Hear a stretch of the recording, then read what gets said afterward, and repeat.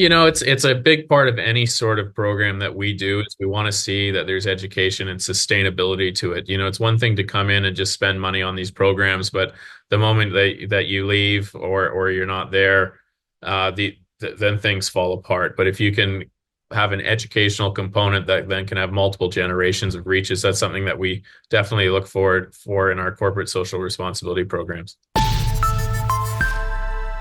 All right, welcome back inside our proactive newsroom. Joining me now is Dan Simons. He's the CEO of C3 Metals. And Dan, it's good to have you back again. How are you?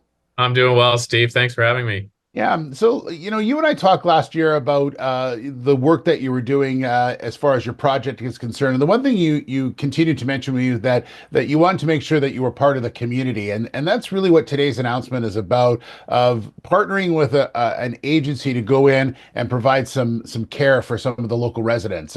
It's a nice initiative you got here, Dan.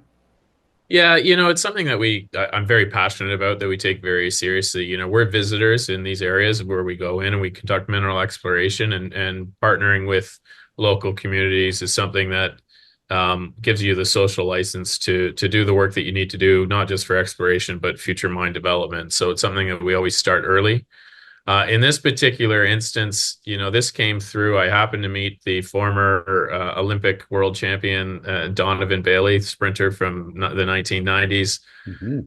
And he was telling me about this charity that he's involved in, which is 100% nonprofit, 100% volunteers of dentists and dental hygienists who will go into remote areas and provide much needed dental care where people just don't have access to those services. So it was something in the back of my mind for quite a while to get involved with. And then coincidentally, one of our larger institutional shareholders, uh, Resource Capital Funds, they have a charitable foundation called the RCF Foundation. And they solicited us to see if we wanted to apply for a grant for something just like this, if there was a registered charity. So it all came together, and we're pretty proud to be put this all together and be part of this program. Yeah, it's called 9 Miles of Smiles, which is a great name, by the way. And they, in the event that they did, they saw over 175 people. They gave out a bunch of toothbrushes, but they also did tooth repairs and cleanings and things like that. Stuff that we here in North America may take for granted, but over there, this made a substantial advancement to the oral care they have in that area. Yeah, absolutely.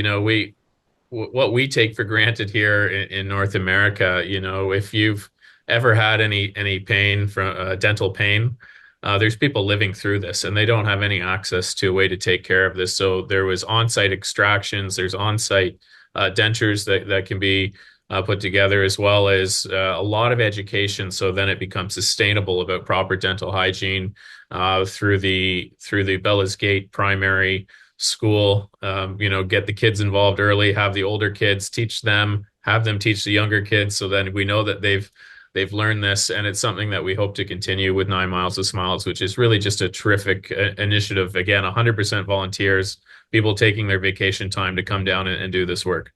Yeah, and just lastly on that, the health part of it, they're taking those grade fours, grade fives, grade three kids, and you're right. They're telling them, saying, here's why sugar is bad, here's why things can be bad, and here's how to be better in order to sort of have that legacy following forward. I think that's the biggest part of this, I think. It's a big part of any sort of program that we Yeah. do is we want to see that there's education and sustainability to it. It's one thing to come in and just spend money on these programs, but the moment that you leave or you're not there, then things fall apart. But if you can have an educational component that then can have multiple generations of reaches, that's something that we definitely look forward for in our corporate social responsibility programs. Well, congratulations on this wonderful program, and it sounds like it was a real winner as well, and going to continue for years to come. So, Dan, thanks so much. Great to see you again. Thanks, Steve. All right, Dan Simons, the CEO of C3 Metals.